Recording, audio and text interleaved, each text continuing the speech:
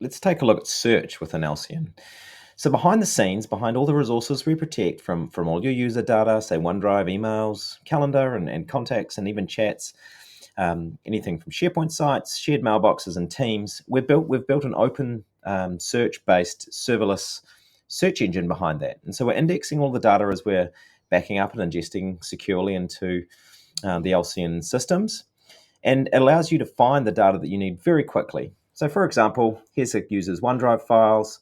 We can search for engagement here, and it will return us back this file here. That's great. You can see the little icon below that indicates the path. So in this case, it's the root directory.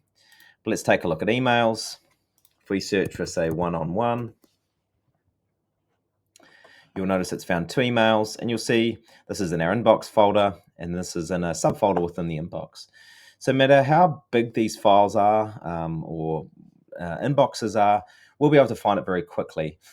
And from any of these searches, you can also then multi-select and either restore or export. So you don't need to worry about going into those individual folders to select those files to export them. We allow you to do that from the search results. And so that's how we utilize search at scale here at Alcion.